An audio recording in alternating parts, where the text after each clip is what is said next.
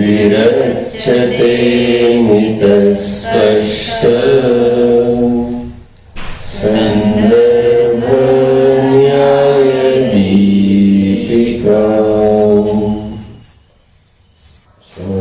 गाथा तिसरी बघत होतो आपण,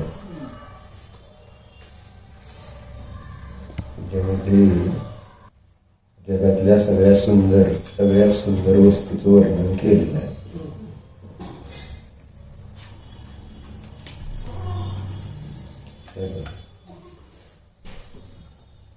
सर्वत्र सुंदर लोहे, लोकांमध्ये सगळ्यात सुंदर. कल्पना करू शकत नाही काय नियुक्ती मिस युनिव्हर्स का मिस असतं ना काय वर्ल्ड. तुला मिळालं मिस युनिव्हर्सचं जर किताब कसं वाटेल? छान वाटेल. मला वाचन करावं लागेल. म्हणजे जगात सगळ्यात सुंदर कोण, त्याचं सर्टिफिकेट कोणी दिलं तर आपल्याला आनंद होतो. त्याला बघण्याची जिज्ञासा आपल्याला निर्माण होते. तिथे जर आली कोणती विश्वसुंदरी म्हणायचं, बघायला जाणार का नाही? असते विश्वसुंदरी. आता विश्वसुंदर मात्र कोणी बघायला तयार नाही.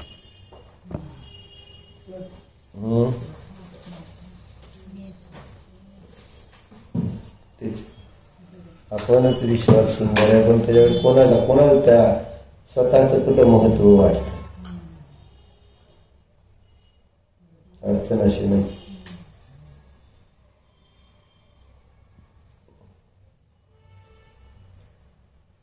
कारण सुंदरतेचं आपण जे लक्षण करतो ते कशाच्या सुंदरतेचं लक्षण करतो?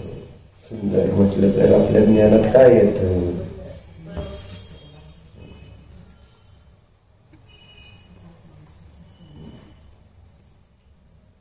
आणि सुंदरचा अर्थ काय आहे? एक महत्व आपल्या दृष्टिकोनातून सुंदर काय, कशाला सुंदर मानतो? स्पर्श, रस, गंध, वर्ण, शब्द यांच्या अवस्था ज्या माझ्या अनुकूल आहेत त्याला आपण सुंदर म्हणतो. डुकरासाठी सुंदर काय असतं सांग बरं?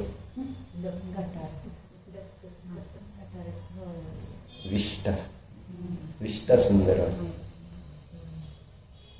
चांगली असते नसते विष्ठा?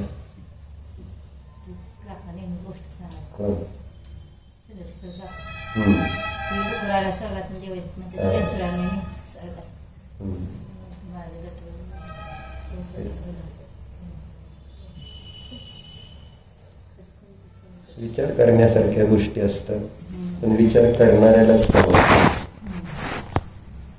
नाहीतर मग सुंदर वस्तू जवळ असून सुद्धा त्याचं डिव्हॅल्युएशन काय ध्रुव, किंमत कळली पाहिजे ना.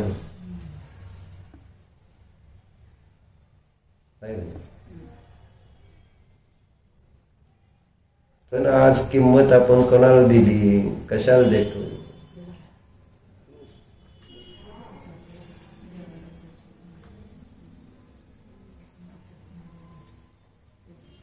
सगळी किंमत आज जडाला आहे. जडाला सगळं आपण आपलं सगळी ताकद लावून जडाला किंमत द्यायचं चाललेलं आहे. जसं सोन्याला सगळं जग त्या सोन्याला किंमत द्यायला तयार आहे. सगळी तयार आहेत त्या सोन्याला किंमत द्यायला.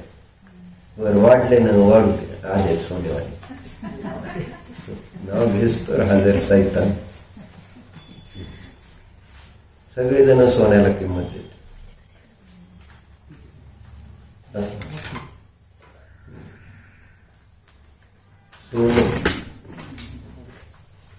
कुणी मोठं केलं त्या सोन्याला? सोन्याला मोठं कुणी केलं? ध्रुवला मोठं कुणी केलंय? ध्रुव सोने आहे का?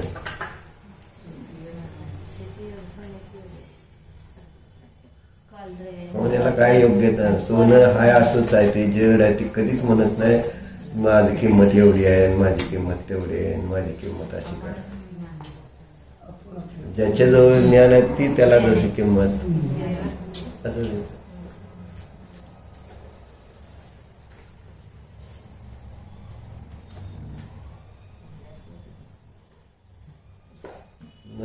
म्हणून तर चाललंय.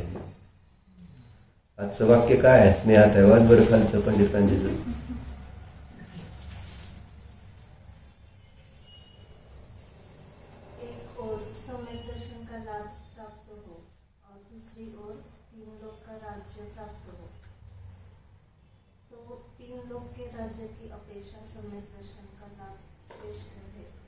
अभिजित जी काय लिहिलंय?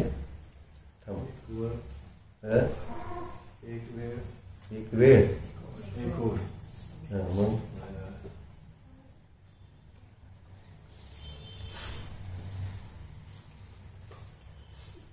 काय एकीकडं सम्यक दर्शन आहे आणि एकीकडं 3 लाखाचं. कोण श्रेष्ठ आहे? एकीकडे जितू मामा आहे असं समज आणि एकीकडे मधुर मिलन आहे. कोण श्रेष्ठ आहे? त्याला सांगू दे. त्याला काय वाटतंय त्याला कळेल की. कामापुरता मामा असतो. काय झालं? काम संपलं ना. आमचं काम थांबत नाही. तुम्ही नसला म्हणून काय आम्ही काय सोडतोय काय? असं श्रेष्ठत्व म्हटलं ना एकदा बुद्धीत. म्हणून संस्कार असे करावे लागतील. ध्रुव अभ्यास तसा करावा लागेल. कारण हे संस्काराने होतं. फक्त आपण एखाद्या म्हणून या शरीरात आलोय, आपण ते संस्कार केलेत की हे सगळ्यात चांगलं बहारीन जवळचं माझं मी. दुसरं कोण करते मला सांगा? ज्या पर्यायात जो जीव जातो त्या पर्यायामध्ये तोच आसक्त होतं ना, मी आणि माझं म्हणून. आणि जेवढं जास्त काळ आपण बघितलं तर जेवढं जास्त काळ आपण त्या सान्निध्यात राहणार तेवढा त्याच्याबद्दलचा मोह वाढणार आहे ना. म्हणून जुन्या वस्तू टाकून दे वाटतात का लगेच? जुनी वस्तू कुठं टाकून दे वाटते आपल्याला? भले ती कामाला येत नसते काय नाही, पण आता टाकून द्यायची म्हटलं तर टाकतंय काय? तसा त्याच्याबद्दलचा मोह असतो.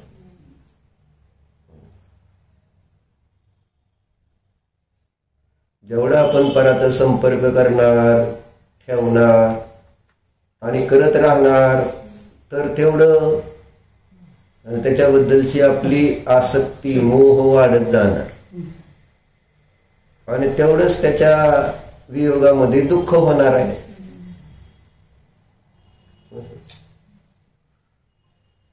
कारण आसक्ती मी केली ना, मग मला ते सोडताना मलाच त्रास होणार, दुसऱ्याला होणार आहे. शरीर तुझं सुटताना दुसऱ्याला किती त्रास होणार आहे? जेवढा तुला त्रास होणार आहे तेवढा बाकीच्यांना होणार आहे का?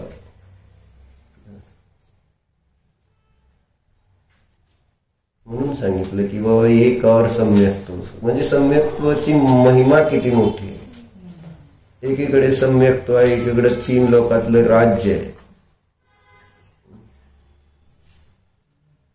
श्रेष्ठ काय सांगितलंय?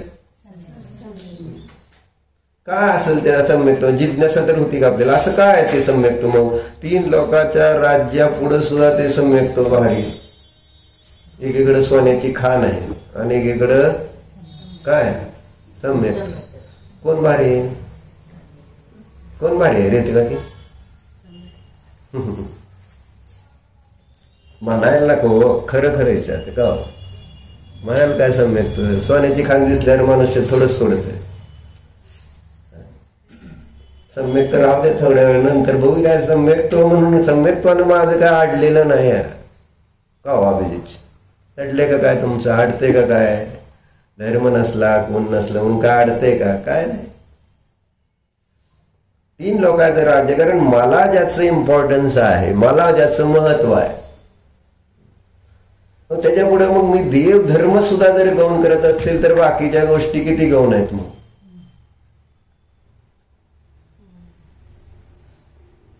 म्हणजे ज्या धनाच्या पाठीमागे आपण लागलेलो आहे, दीपक, त्याच्या पुढे देव धर्म गुरु गौण आहे का नाही? जिथं सर्वश्रेष्ठ पदार्थ जगातले सुद्धा मला गौण असतील, मग बाकी किरकोळ जे असतील त्यांचं काय व्हॅल्युएशन?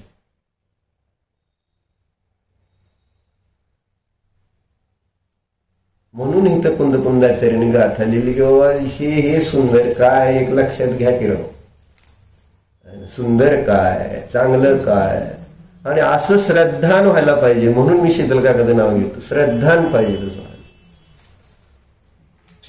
आज आता म्हटलं तर सगळं सोडतील ती 1 मिनिट. फक्त ती तशा पद्धतीचे महाराज होतेच की तर, पण योग्यता समजा तशी योग्यता आली की सोडलं का ना सगळ्यांनी लगेच. आता सरिता नको नको म्हणत होती सिल्कची साडी सोडायला, काय का? पण थोडस त्याच्याबद्दल थोडस स्पष्टीकरण झालं. हे ह्याच्यासाठी शास्त्र आहे. त्याच्यातनं आपले परिणाम, संसाराची आसक्ती कमी, आत्म्याबद्दलच आहे ना आवड वाढेल, गोड वाढेल. नाहीतर नको वाटत होतं पण, आणि परत थोडं विश्लेषण केलं का घेऊ वाटलं.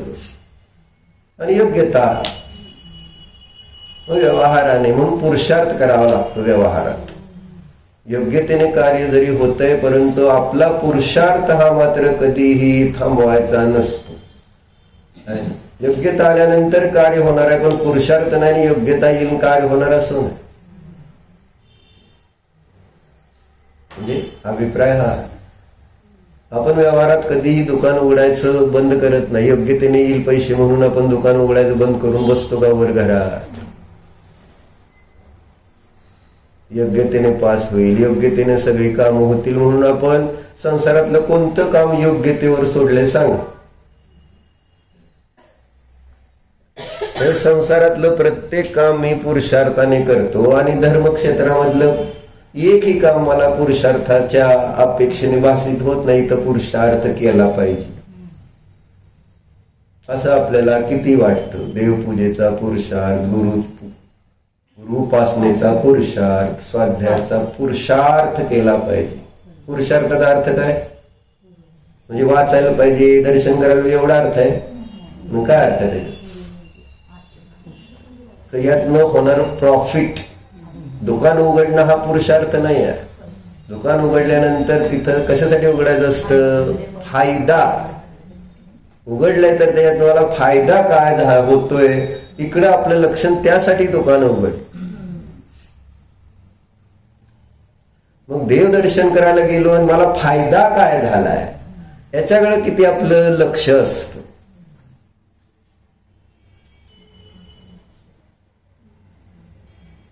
आणि ते लक्ष नाही. नुसतंच आपण जर देवदर्शन केलं, नुसतंच आपण काय केलं आहे ना, अंबांकडे जाऊन आलं का नाही, फायदा काय झाला सांग? निलंग अंबांकडे गेल्यामुळे काय फायदा झाला? पेन तसं काय करायचं? एक तर शाई वाया जाते, पुस्तक खराब होत, अनर्थ दंड म्हटला. सांग मला अंबांकडे गेल्यामुळे हा फायदा झाला, मी शांत झाले, माझा हट्ट कमी झाला, मला महू वाटतोय. कोणते फायदे असे तुला झाल्यासारखे वाटते तिथं? का मला घरी कधी जायचंय? बरोबर बुधवार गाठून आली तू, भाजीला जायचंय आज, उगाच चेष्टा चालली. असू दे, ते मग तुला माहित नसेल एखाद्या वेळेस बुधवार आहे आज, पण आम्ही आपलं काल उगाच मनगडंत चिंता म्हटलं मा नक्की उद्या येणार, कारण बुधवार हा मिस झाला नाही पाहिजे. ही चर्चा. बरं राहू दे. चर्चा काय? फायदा काय झाला म्हणून आपण कधी बघतो का? दुकानात फायदा झाला का नाही आपण लक्ष ठेवतो का नाही? फायदा आहे का नुकसान आहे लक्ष ठेवता का नाही? त्यामुळे आपण हमाली पण वाचवतो का नाही? तेवढे पण पैसे वाचवले तर तेवढा फायदा.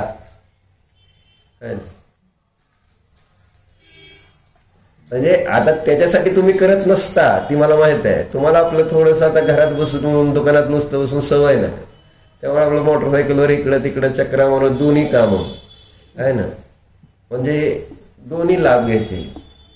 असे धर्म केल्यानंतर दोन्ही लाभ होते. ते इंद्रिय विषय भोग पण मिळतेत आणि मोक्ष पण मिळतं. बरोबर आहे का?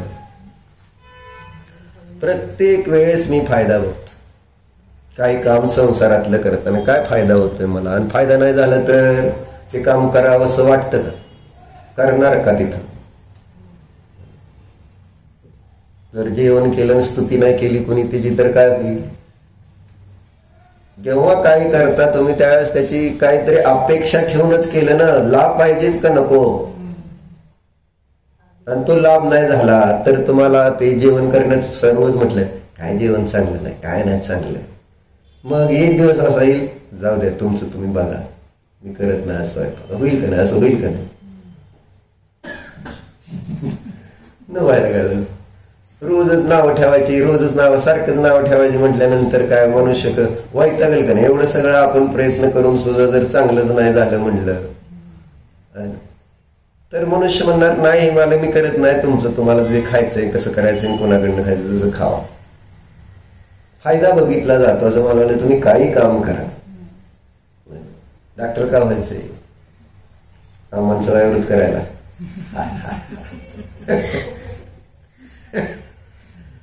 जानी जानी पप्पा असं नाही, कोण करत नाही.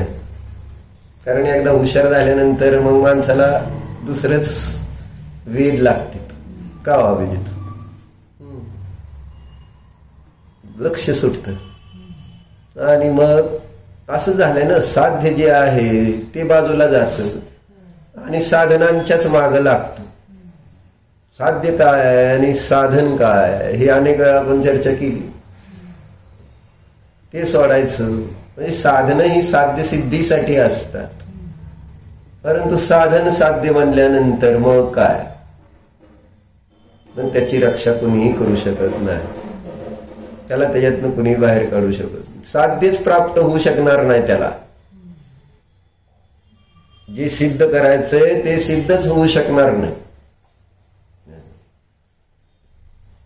पैसे मिळवून काय सिद्ध करायचं होतं दीपक तुला? एक उदाहरण म्हणून विचारते. पैसे मिळवून तुला काय सिद्ध, तुझं काय साध्य होतं की पैसे मिळवायचे? आणि तुझ्या डोक्यात काय होतं की बाबा पैसे काय कशासाठी मिळवायचे ते बघ. कागद आहे, पेन आहे, वही आहे, हात हालतोय. पॅरालिसिस झालं तर हालतं पण नाही बरं का, म्हणून आणायचं दंड असले करायचे नसते तरी. काय प्रश्न माझा? हा, तू कोणत्या हेतूने पैसे मिळवायचे ठरवले होते आणि किती मिळवायचे ठरवले ना, आता किती मिळाले ना, आता काय ते मी जेवढे ठरवले त्याच्यापेक्षा कमी मिळालेत का जास्त मिळालेत, आणि मग काय ठरवलं तर ते केलंय का सगळं जे काय काय करायचं होतं? मग आता काय करतोय? मनी हेस्ट.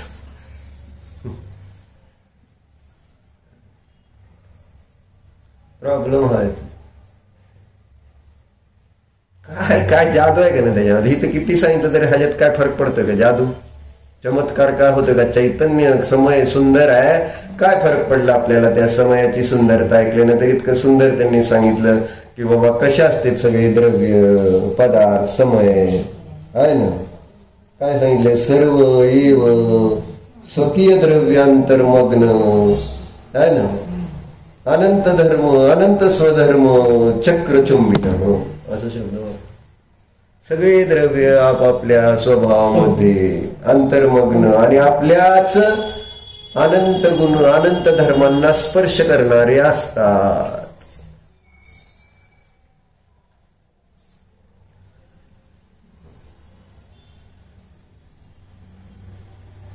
मग काय झालं काय? ह्याच्यामुळे काय फरक पडला?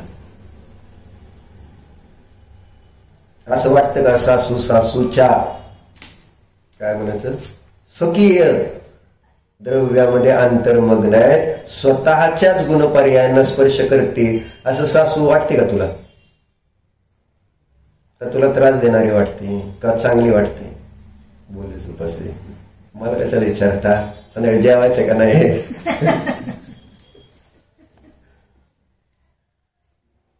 बर, दुसऱ्याला घेतो, जाऊ दे. स्वकीय द्रव्य अंतर्मग्न असं आपण तिथं त्या ठिकाणी पाहतोय का? आणि नाही पाहिल्यामुळं त्रास आहे आपल्याला. म्हणजे मला वाटतंय की माझ्यासारखं सगळ्यांनी केलं पाहिजे, झालं पाहिजे. बरोबर आहे का? त्याला काय नाही का? प्रत्येकाला आपला आपला अधिकार नाही का आपल्या आपल्या पद्धतीने परिणमन करण्याचा? प्रत्येकाला आपापल्या स्वभावानुसार आपल्या आपल्या कर्मानुसार परिणमण्याचा अधिकार नाही? तुम्ही त्याच्यामध्ये मध्ये गेला तर ती त्याला त्रास केल्यासारखं होईल का? आपलं काम काय? आपल्या स्वकीय द्रव्यामध्ये अंतर्मग्न होऊन आपल्या अनंत गुणधर्मांना स्पर्श करणं हे आपलं कार्य आहे. खरं तर करण्यायोग्य कार्य हे आहे. पण नाही ना, बसल्या बसल्या काड्या करायच्या. काहीतरी म्हटलं ना, काड्या काय म्हणतात ना, काय उद्योग नसल्यावर पोरांना कॉलेजमध्ये काय सुचतं? आणि एखादं चांगलं झोपले आणि ही पोरं इकडे खेळ, मग उगाच आहे ना पिन घे त्याच्या अंगावर रिगुट्या ओढ. आता झोपलाय बिचारा आहे ना, काहीतरी अजून काय करता रे? म्हणजे शांततेनं जर ते त्याचं काम चाललंय तसं नाही, खोड्या करायच्या. ज्यावेळेस उद्योग नसतं ना, काय खोड्या करायची एक सुचत. म्हणून म्हटलं रिकाम मन शैतानाचं घर. रिकाम राहू नका रे, रिकाम राहू नका. मनाला मोकळं ठेवलं तर ते कुठं जाणारे घेऊन आपल्याला आतमध्ये घेऊन जात नाही. ते मन जे संज्ञा आहेत त्या संज्ञेच्या संस्कारामुळे ते परिग्रहाकडेच घेऊन जात. रिकाम मन असल्यावर काय, 1,25,000, 1,30,000, 1,50,000, 2,00,000, 2,50,000 होणार पुढच्या वर्षीपर्यंत सोनं सांगतोय. मग काय घ्यायचंय का? हो घेऊन टाकू 5-10 तोळ लगेच माणूस. म्हणजे भविष्यात 2-2.5 होईल, काय चाललंय काय नाही. बातमी ऐकली की माणसाला एकदम परत हाव सुटते. आज 1,00,000, 1.5 लाख आहे का, 1,20,000 आहे का, मग 2.5 लाख होईल. मग घेऊ आपण काहीतरी करू. बरं काय करायचं घेऊन परत? काय नाही, ठेवायचं. जसं धर्म ठेवायचा आहे एका बाजूला, त्याचा काय भोग घ्यायचा नाही, त्याचा उपयोग करायचा नाही, तसं सोनं का साठवायचंय? काय नाही, किंमत वाढते बस. आणि मग पुढे काय करायचं? काय नाही, कल्पनेत आनंद. आज एवढं आहे, उद्या तेवढं. मग दगड ठेव आणि विचार कर, काय सोनं दगड काय नाही दगड काय. वाढले. त्याला वाटत नव्हतं का त्या रत्न ठेवलेली खोटे दगड म्हणून? त्या मुलानं त्याला रत्न आहे कल्पना होती ना. मग त्याला थोडंच खोटं वाटत होतं की माझी रत्न ती खोटी आहेत म्हणून. पण जसं त्याला कळालं किंमत वाढते, काय झालं, वाढली, आता माझ्या रत्नाला किंमत आली. बस एवढी कल्पना करत राहायची आणि शेवट एक दिवस त्या कल्पनेला काय करायचं? इथं ठेवून जायचं का घेऊन जायचं? कल्पना फक्त जातील, बाकी सगळं इथंच राहणार. का असतं काय सांग? व्हॅल्युएशन काय? फक्त आपण मनामध्ये सगळं कालध्रुव म्हटलं, सगळं कल्पनेतलंच आहे सुख दुःख. म्हणजे हे अभ्यास केल्यावर त्याला कळतंय, चिंतन केलं तर कळतंय की काय नाहीच आहे बाहेर. खरं तर उगाच हा जीवच आपल्याच कल्पना करतो आणि आपल्यालाच त्या ठिकाणी दुःखी किंवा सुखी करतो स्वतःच्या कल्पनेनंच. असं ना तिथं काय किती सासू बोलली समजा, आपली कल्पना लय भारी, ती चांगलं भजन म्हणते म्हणच. म्हणजे किंवा सुनबाई काय बोलते अनिला म्हणून है ना, मग काय बोलत असले तर चांगलं भजन म्हणते म्हणच. भजन म्हणत त्याला वैराग्य उत्पन्न करणारं भजन असतं ते.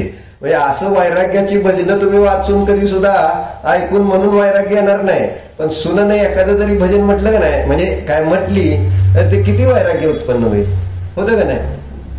म्हणजे ज्ञानीला वैराग्य उत्पन्न होतं, अज्ञानीला द्वेष उत्पन्न होत. ज्ञानीला काय होतं ध्रुव, जेव्हा त्या ठिकाणी अनुकूल जे संयोग आहेत तेच प्रतिकूल होते, त्यावेळेस त्याच्या निमित्तानं ज्ञानीला वैराग्य निर्माण होत असत. ते जाणतो की काय नाही आपलं, उगाच मी ह्याच्यामध्ये असे विकल्प केले, माझं काही नाही, असं वैराग्य. आणि अज्ञानीला मात्र काय होतो, इतके दिवस आपण सगळं करतोय आणि आज आपल्याला असं करतोय म्हटल्यानंतर काय होणार, द्वेष होतो. पण द्वेषामध्ये कोण होरपळतं, आणि जो द्वेष करेल तोच. आणि वैराग्यामुळं परिणामाची विशुद्धी. छान आहे, छान आहे, छान आहे ना. उलट ही वैराग्याची आहे ना किती चांगली अनुकूलता आपल्याला संसारामध्ये रमू देत नाही. जर तशी नसती तर काय झालं असतं. आता प्रियंकाचं कसं चाललंय सांगा मला. सासू नाही, कोण काय बोलायला नाही, काय म्हटले आपल्याला काल ती आहे ना, तिने एक आम्हाला आयडिया दिली प्रियंकाने. ते ओव्हन आणले की नाही आम्ही नवीन, मग आता त्या ओव्हन आता कसं चालवायचं अजून माहिती नाही असं सांग. मग एखादा पदार्थ त्याच्यात करायला गेलं तर काय खराब होऊ शकतो, जळू शकतो, काय खराब. मग ती काय म्हटली आहे ना, कोण नसलं काय टेन्शन नसतं म्हटली. समजा एखाद्या वस्तू जळली, काढायची द्यायची टाकून, कोणाला कळतंय काय होतंय आहे ना. शांती म्हणजे त्याच्याबद्दल काय आपल्याला बर्डन नाही, त्रास नाही, अडचण. आणि तीच जर तिथं सासू असेल, सून असेल आणि ती वस्तू जळली तर मग काहीतरी होणारच ना. असं म्हणजे काय सांगतो तुम्ही, वैराग्य. म्हणजे आता तिला वैराग्य होणार का मला सांग. सासूच नाही म्हटल्यावर वैराग्य होऊ शकतं का. तारक मेहता सारखे येतील सून. आता वैराग्याच्या कारणांचा अभाव असेल, पण तिला आता किती जरी म्हटलं तर काय होऊ शकतंय का. आता शीतल काका दुकानात थोडं सारखं वैराग्याचं निमित्त आहे तुम्ही, पण आता जे वैराग्याचं कारण आहे ते मला सांग. म्हणजे जर अनुकूलता असली तर वैराग्य होत नाही. होत आहे का सांग. आता समजा तुझी एक मैत्रीण आहे आणि ती तुझ्या विरुद्ध काहीतरी केलं तिने आहे ना, ब्रेकअप झाला असं समज, काय तुला वैराग्य होईल का, द्वेष होईल, काय होईल सांग. का ब्रह्मचर्य व्रत घेणार सांग. समजा ब्रेकअप झालं तर ब्रह्मचर्य व्रत घेशील का नाही.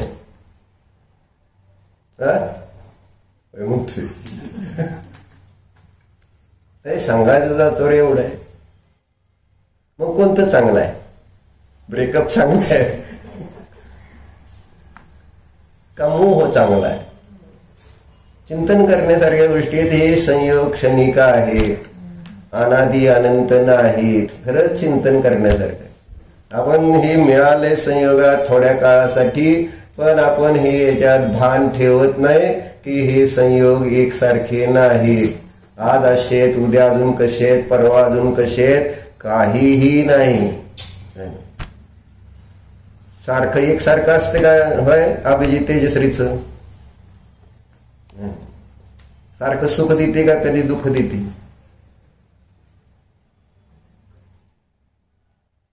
लग्न केल्यावर सारखं सुख देत होती का सुरुवातीला, ना आता अजून मी सुख देते. बोल घाबरतय बाहेर असं होतं. दीपक कसं आहे तुझं, काय त्याचं तसं तसं सगळ्याच एकसारख्याच. सांगायचं तात्पर्य एवढं. संयोगाकडं म्हणून तर 12 भावनेचं चिंतन करा म्हणून सांगितलं. अनित्य आहे. आज सोनं 1.5 लाखाचं आहे आणि उद्या जर झालं 50,000 तर काय होईल. आणि तुम्ही 1 किलो घेतले रे होती का असं समजून सांग. काय 50,000 झालं तर काय होईल. ICU मध्ये का देवळाच्या खाली तिकडं मसनात, दोन्ही पैकी एक ठिकाणी. 1 किलो घेतलंय 1.5 लाखाचं 50,000 झालं तर 1 किलो मध्ये किती नुकसान झालं. 1 किलो केवढ्याच झालं, 1.5 कोटी रुपयात झालं ना. 1 कोटी रुपयात झालं. 1 कोटी रुपयाचं नुकसान. 1 कोटी रुपयाचं नुकसान झालं तर कुठं, कुठल्या तरी हॉस्पिटलमध्ये ICU मध्ये व्हेंटिलेटरवर, नाहीतर मग डायरेक्ट खाली. पण वेगळी ठिकाणी ना हार्ट अटॅक येईल का नाही? काय मानलं तर नव्हे, मानलेलं आहे ते काढायचंय. मानलं तर नव्हे, आपल्या मान्यतेमध्ये इतकं बसलेलं आहे आणि तेच तर काढण्यासाठी म्हणून सांगते अनित्यादी भावनेचं चिंतन करावं. हे संयोग शाश्वत नाही आहे. ते माझं स्वरूप आहे, मी त्यांच्या स्वरूप नाही आहे. ते आज जसे तसेच उद्या आहेत असं नाही आहे. मी जसा आज आहे तसाच उद्या असतो असं नाही आहे. का सांगते ते सगळं? झुटे झुटे झुटे जगते सपने सारे, का असं म्हणते ते? हे सगळं खोट आहे, हे सगळं खोट आहे. झुटी मन की सब आशा आहे म्हणते. म्हणजे आम्ही पण तरुण होतोच की तुझ्यासारखं ध्रुव. आम्हाला पण वाटत होतं की आम्ही म्हातारा होऊन आम्ही यांच्या म्हाताऱ्यांकडे बघायचो. समजा हे आपल्याला आपण तसलं कशाला. पण वय झाल्यानंतर होतंय का ना, आता त्यांच्याकडे वेळेला आपल्याला म्हातारपण जाणवतं का नाही? मिलनभूत जाणवतं का नाही म्हातारपण? होतं म्हणजे ते जेव्हा लग्नाच्या कुठल्या कार्यक्रमाला नटते, त्यांचं ते सगळं पद्धत सिस्टीमनं आणि ते दिसणं त्यांचं, आपलं कसं दिसतोय आपण, हे सगळं तुलना केल्यावर आपल्याला काय बरं वाटतंय का? आपण पण आता कसं दिसतोय, पहिला कसं दिसत होतं. बदलतंय एवढं लक्षात ठेवावं लागत. नाहीतर मग त्याच्यात गुंतलं तर आपला घात होतो. अनित्य वस्तूमध्ये गुंतलं तर घात माझा होतो. म्हणून ही गोष्ट लक्षात घ्या. काय कोणती गोष्ट? सम्यक दर्शन श्रेष्ठ आहे. सम्यक दर्शन म्हणजे जसं आहे तसं श्रद्धान करणं फार महत्वाचं. जसं आहे तसं श्रद्धान करा. सगळी द्रव्य आपापल्या स्वरूपामध्ये अंतर्मग्न असतात आणि आपापल्याच धर्मांना स्पर्श करत असतात. ही व्यवस्था आहे आणि याच्यात कोण जिनेंद्र देव सुद्धा बदल करू शकत नाही. त्यांच्यापेक्षा ताकदवान कोण नाही. असं म्हटलं जातं एका करंगडीच्या बोटावर हा 3 लोक असा फिरवतील इतकी ताकद असते त्यांच्यात. बरोबर नाही, त्याच्यासाठी ते ताकद वापरत नाही. म्हणून तिथं आपण म्हटलेलं की यह अनंत बलशीला आत्मा हो शरीर से भिन्न प्रभो जो होती तलवार म्यान से वह अनंत बल दो. त्याच्यासाठी अनंत ताकद लागते आपल्याला. हे सगळं आहे ना मान्यता बदलायला. मान्यता आपल्या आहेत आणि त्या बदलायच्यात आपल्याला. त्याच्यासाठी तर हे चालले. जर मान्यता बदलल्या असते तर आपण आज दुसरीकडे असतो. पण अजून क्षमिक सम्यक तर होईल, पण ते सुटायला वेळ लागत नाही. मान्यता सुटायला बदलायला किती वेळ लागतो? मी आज तुझ्यासाठी चांगला आहे ध्रुव, पण मी तुझ्यासाठी उद्या काहीतरी चुकीचं झालो तर मान्यता बदलेल का नाही माझ्याबद्दलची? का नाही बदलणार? It's but natural. म्हणजे त्यात काही शंका नाही आहे. मान्यता बदलायला वेळ लागत नाही. तुम्ही आम्ही आज फक्त आपल्याला जे या संयोगाला अनुकूल आहे त्याच्यामध्येच आपलेपणा करतोय. तेच संयोग उद्या प्रतिकूल झाले तर त्याच्याप्रतीच मला द्वेष वगैरे होण्यामध्ये वेळ लागत नाही. म्हणून या संयोगाला आपलं स्वरूप समजू नका. त्याचं नाव आहे सम्यक दर्शन. म्हणून ते 3 लोकात श्रेष्ठ आहे.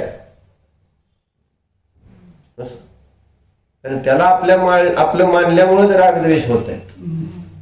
पण ह्या शरीरापासून मी भिन्न. शरीर आहे ते त्याच्यामध्ये आपल्यामध्ये ते आपल्या आहे ना धर्मामध्ये आपल्या द्रव्यामध्ये अंतर्मग्न आहे. आपल्याच गुणांना स्पर्श करतंय शरीर पुद्गल.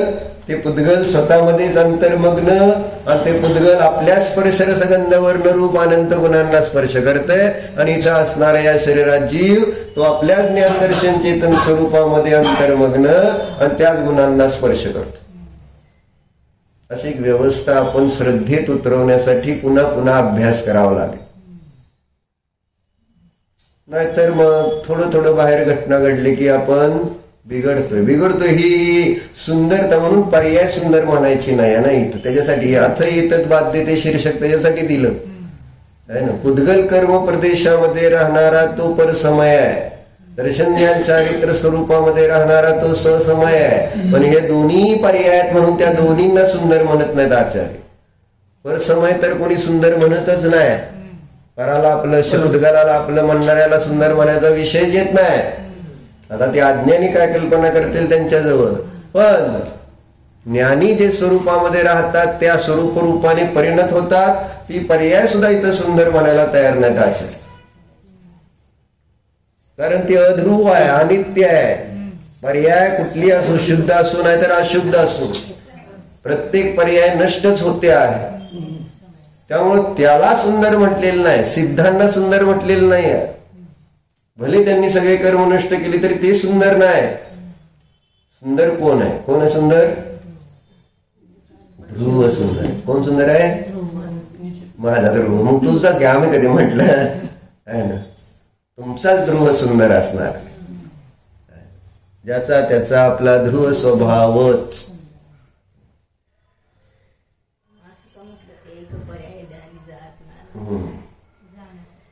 मग तेच की मग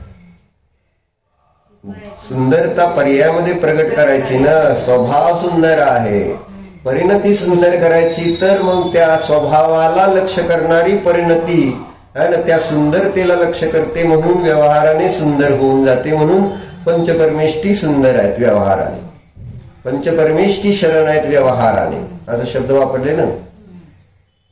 शुद्धात्मर पंचगुरु जगमेश्वर नोदोय का म्हटलं मग? व्यवहाराने पंचपरमेष्ठी शरण आहे. का शरण आहेत ती? कारण ते त्या स्वभावाचा आश्रय घेतात, त्या रूपाने परिणत होतात है ना. ते आपल्याला त्रास देत नाहीत म्हणून आदर्श. बरोबर आहे. जे आपल्याला त्रास देतं ते आदर्श कसं असतं? काही नाही म्हणून म्हटलं ना. काल सांगितलं काय सांगितलं काल? किती जण आपण घरात?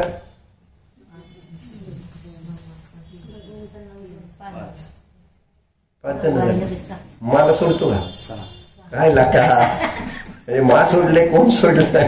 मा आले की आज 6 जण झाले ना. 6वा व्यक्ती सुंदर आहे की नाही? काही सुद्धा नाही, काही नाही. एकच काम करते, ते एकच काम करत आहे ना. कधी पण बघा, बस एवढंच. आणि अंतर्मग्न. मग त्याची संगती जेवढी जास्त करणार तेवढी आपल्याला शांती. आणि बाकी इकडून तिकडून धावपळ करणाऱ्यांच्या पाठीमागे लागलं, तसं पळणाऱ्या गाडीच्या पाठी पकडायला गेलं तर गाडी बी पळतीन, हे बी पळायचं आणि पडायचं. ध्रुव म्हणून ध्रुवाचं महत्व आहे. म्हणून इथं समयाचं महत्व सांगायला लागले.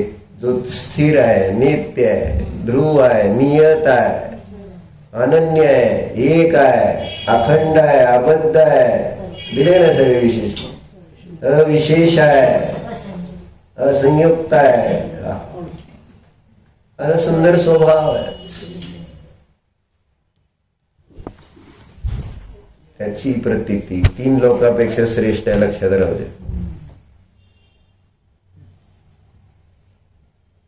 त्याची प्रतीती 3 लोकांपेक्षा श्रेष्ठ आहे हे सांगितलं ना तिथं.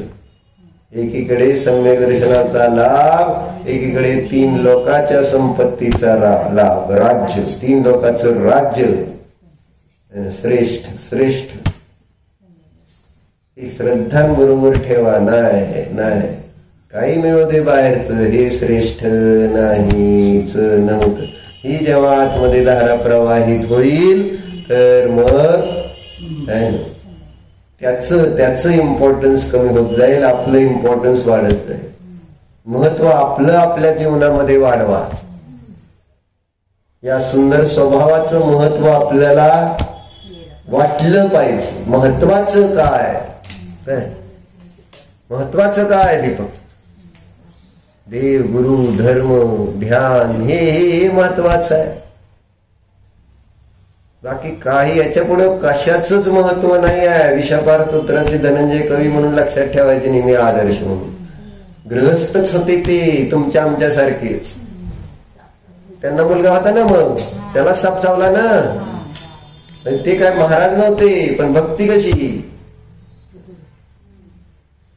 झाली.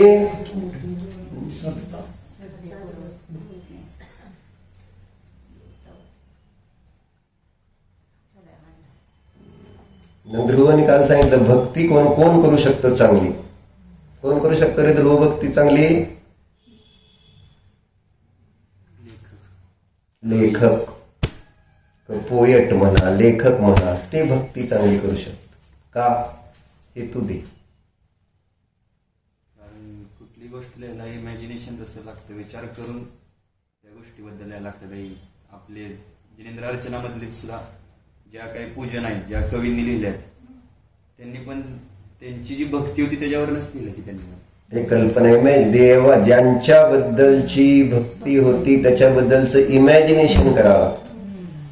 म्हणजे तसे कल्पना करावं लागते, म्हणून तर ते भक्तांवर श्रेष्ठ झालंय. कल्पना केली त्यांनी तशी.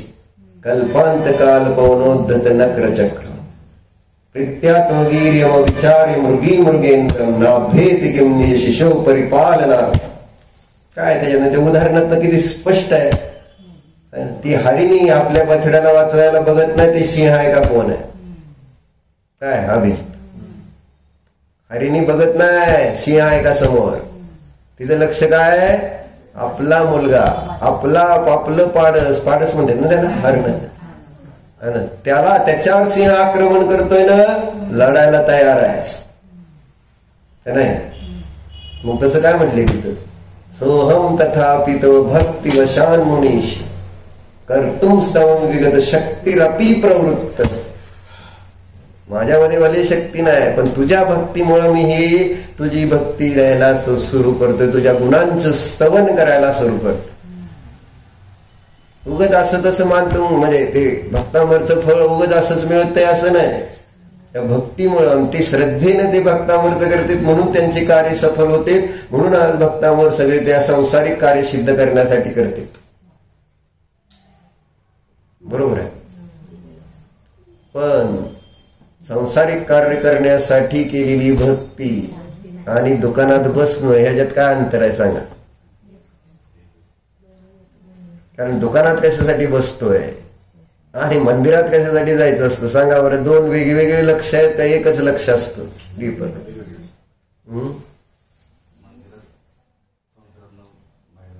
असं जातो का आपण मंदिरात? मला संसार सोडायचा आहे, मला मोक्षाला जायचंय म्हणून किती जण तुम्ही मंदिरात जातात सांगा. संसारातल्या अडचणी आपण दूर करण्यासाठी प्राय सगळेजण मंदिरात जातात है ना. काल ती चर्चा वितराग याने सांगितली.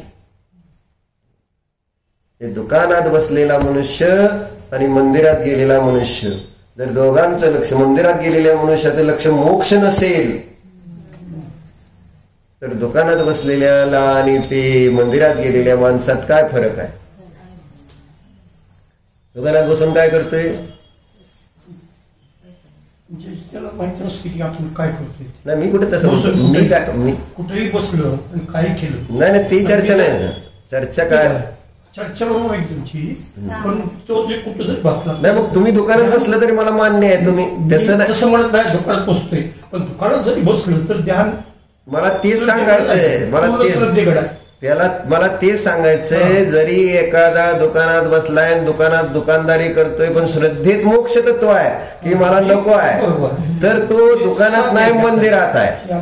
पण जो मंदिरात गेलाय आणि संसारात माझे पैसे वाढावेत, मला मुलगा व्हावा, माझी ही केस सॉल्व्ह व्हावी, माझ्या सासूला नीट व्हावं, असं काहीतरी वेगवेगळे काहीतरी विचार करून त्या संसारिक हेतून मंदिरात गेलो, तर मग दुकानात बसलेला मनुष्य आणि त्या मंदिरात गेलेल्या मनुष्यात अंतर कंत आहे. बाहेरून दिसतंय बाबा हे. म्हणून मंदिर कशासाठी आहे? भोगासाठी आहे का कर्मक्षयासाठी? मंदिरात जायचंय त्यासाठी लक्ष पाहिजे, कर्मक्षय. तिथंच गेलोय म्हणजे मला कर्म नष्ट करायचंय म्हणून मी इथं आलोय देवा. शास्त्राला आलोय तर मी आता आहे काय भोगासाठी नाही आलो आम्ही इथं. आम्हाला कर्माचा नाश करायचा आहे म्हणून आलेलो आहे. त्या लक्षाने धर्म केला पाहिजे. आणि जर ते लक्ष नाही आणि आपण धर्म करतोय तर तिथं भोगच येतो. कर्मक्षय नाही तर दुसरा ऑप्शन आहे भोग. धम्मम भोग निमित्तम नदुकम्म खय निमित्तम. तसं कुंदाचार्य म्हणतात का नाही, अज्ञानी जीव भले श्रद्धा करतोय पण त्याची श्रद्धा कशासाठी असते, कशावर असते की मला हे देवा मी तुझ्या चरणी आलोय, हे एवढा पैसे दिले, ते एवढं करतो, भक्ती पूजा विधान अर्चा, माझं हे चांगलं, मी अनंत व्रत करतोय, मला 14 निधी प्राप्त व्हाव्यात. नाही, रविवार व्रत करतोय, मला सोन्याचं खुरप मिळावं. रविवार व्रत मिळते ना सोन्याचं खुरप. मग तीच घेऊन सोन्याच्या खुरप्यासाठीच करायचं ना रविवार व्रत.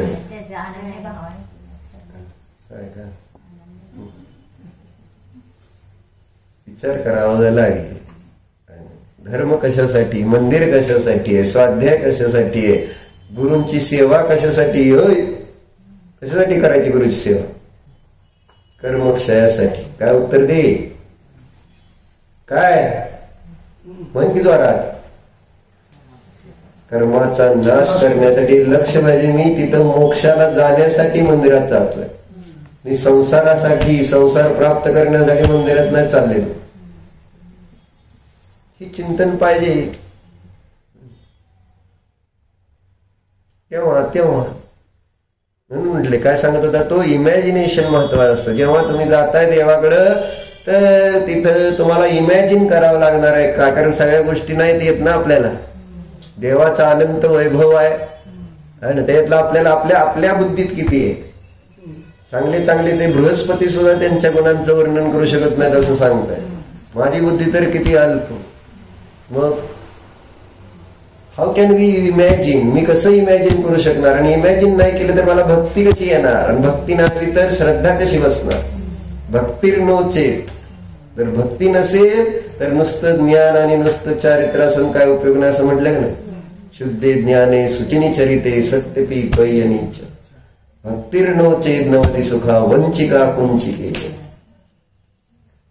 भक्ती नाही तर. पण आपण कधी इमॅजिनेशन करायचा प्रयत्न करतो का? इमॅजिनरी गोष्टी आपण बघत असतो आहे ना. सिनेमा बघतो, इमॅजिनरी असतं आहे ना. सिरीज बघतो, दे आर ऑल इमॅजिनरी. जे सगळं आता इकडे तिकडे आपला व्यवहार चाललाय, दिस इज ऑल इमॅजिनेशन. काय सोनं वाढलं, इमॅजिनेशन. सोनं कमी झालं, इमॅजिनेशन. Only imagination. पण भगवंतांच्या भक्तीमध्ये कधी इमॅजिनेशन बनतंय काय? भगवान कसे कुठलंच नाही. जेवढं आपण वाचलंय तेवढं सुद्धा आपल्या बुद्धीत यायला तयार नाही, तर श्रद्धेत उतरायला तयार नाही. जेवढं आपल्याला समजलंय त्याच्यातलं किती अंश आपण देवाची भक्ती करताना नुसतं आपण म्हटलं मंगल आहे, उत्तम आहे, शरण आहे, किती आपल्याला त्यांची मंगलता, उत्तमता, शरणता भासित होते. ओशोंनी चांगलं लिहिले, महावीर वाणी म्हणून. त्यांनी 8-10 दिवस 1974 साली मुंबईमध्ये शतंबरांनी त्यांना बोलवलं होतं दशलक्षण त्यांचं पर्युषणला. त्यावेळेस त्यांनी त्याच्यावर प्रवचन केले महावीर वाणीवर. त्याच्यातलं नमोकार मंत्र आणि त्याच्यानंतर चत्तारी दंडकवर त्यांनी प्रवचन केले. चत्तारी मंगलकार. त्या मंगलतेचं इतकं सुंदर स्पष्टीकरण त्यांनी केलंय. मंगलतेचं भावभाषण होते महावीर वाणी ओशोची. रजनीश ओशो रजनीश. ऍक्च्युली मंगलतेमध्ये पूर्ण असे उतरलेत ते. मी आज नुसतं मंगल म्हणतोय पण मंगलतेची मंगलता भासित होत नाही की मंगल आहे. जसं इथं काय लिहिलंय, सुंदर आहे. आणि सुंदरतेची अनुभूती कुठे येते? अजूनही आपण अंगावर दागिने घातल्यानंतरच आपल्याला सुंदरता आपली वाटते. कशामुळे सुंदर आहे? स्नेहा तू सुंदर आहे का नाही? नाचते. सांगायचं काय? केव्हा सुंदर वाटलं? जेव्हा तिथं सायसोरिकल जायचं होतं. मग केव्हा सुंदर वाटलं? जेव्हा दागिने घातले, त्याच्यानंतर काय हे सगळं आता घरीच करायला लागले. फेशियल सगळे यायला लागले थोडं थोडं. सगळी साडी वगैरे तसलं सगळं नटल्यानंतर आहा, आतून माय ना मन में लड्डू फुटा. मी कसा छान दिसतोय, मी कशी छान दिसते. सगळेजण इमॅजिनेशन करत होते का नाही तिथं आलेले? कोण सुंदर होतं? सगळ्यात किती हजार लोक आले असतील, कोण सुंदर दिसत होतं त्याच्यात? Only me and only me, फक्त. दुसरं कोण असतं? ही सगळी इमॅजिनेशन. भगवंतांच्या प्रती हे इमॅजिनेशन आपण केव्हा करणार, कधी करणार? त्याच्याशिवाय भक्ती येत नाही असं त्यांनी चिंतन करून सांगितलं. मग आता तू काय काय चिंतन सुरू, लिहायला काय सुरू केलं काय? भगवंताची एखादं भक्ती लिहे, काहीतरी त्याच्यावर एकदा पद्य लिह, गद्य लिहिलं तरी चालतं. लिहा म्हणजे बरं पडेल. गद्य पद्य गरज आहे ऍक्च्युअली. म्हणून तर तुम्हाला आनंद आला का नाही ध्यान करताना, रूपस्थ ध्यान करताना? का आला आनंद? त्याच्यामध्ये जे कल्पना करत गेल्यानंतर आपल्याला ते रूपस्थ ध्यानामध्ये ती भक्ती भगवंतांची येत. कारण काल संतोष आला तर लासुरण्याचा ते पण म्हटला, आता देवाकडं चांगला, पूर्वी अर्धा तास बसत होतो म्हटले लासुरण्याच्या आलते, आता म्हटले तास दीड तास बसतो म्हटले. तिथं जायची ओढ असते म्हटले. तिथं देवाला बघितल्यानंतर असं छान वाटतं म्हटले, बघत राहावं. त्या जिनदर्शन निजदर्शन होतंय म्हटले असं सारखं. आता असं ते स्वतःहून उत्साह, मी विचारलं नाही काय नाही, पण स्वतः उत्साहाने सांगत होता की आता छान वाटत, मंदिरातच जाऊन ध्यान करतो आणि मंदिरातच ध्यान करायला बरं वाटतं म्हटले. का? ते ज्या ऐकलं त्याच्यावर थोडस चिंतन झालं आणि म्हणून आता ते बघायला लागलं. बघायला नाही तर पूर्वी करत होतं म्हटले पण काय कळत नव्हतं, एवढं लक्षच दिलं जात नव्हतं. अडचणी लक्ष द्या, लक्ष. त्याशिवाय म्हणून ध्यानाची गरज आहे. ध्यान कारण का? ध्यानामध्ये एकाग्रता येते आणि एकाग्रतेशिवाय काय लिखाण होणार नाही. नाही तर मोबाईल बघता बघता लिहितो म्हटलं तर होणार नाही. लिखाण करताना आपल्याला त्याच्यावर विचारच करावा लागतो. असं आहे. म्हणून इथं दिलेल्या प्रत्येक गोष्टीला आपण विचारात घेऊन आपली सुंदरता पर्यायामध्ये वाढवायची. ध्रुव तर सुंदर आहेच, परंतु पर्याय जी असुंदर आहे आणि त्या पर्यायाला सुंदर करण्यासाठी, नाहीतर मग पर्याय सुंदर ध्रुव सुंदर असा तर अनंत काळ गेला संसार. आता ध्रुव जसा सुंदर तशी परिणती पण सुंदर. म्हणजे सिद्धांसारखं मला व्हायचंय तर पुन्हा पुन्हा या 3 लोकांमध्ये सुंदर अशा आत्म्याचं चिंतन करा, ध्यान करा. मी माझ्या स्वरूपामध्ये अंतर्मग्न असताना माझ्याच अनंत गुणांना स्पर्श करतोय, मला मी पराला स्पर्शच करत नाही.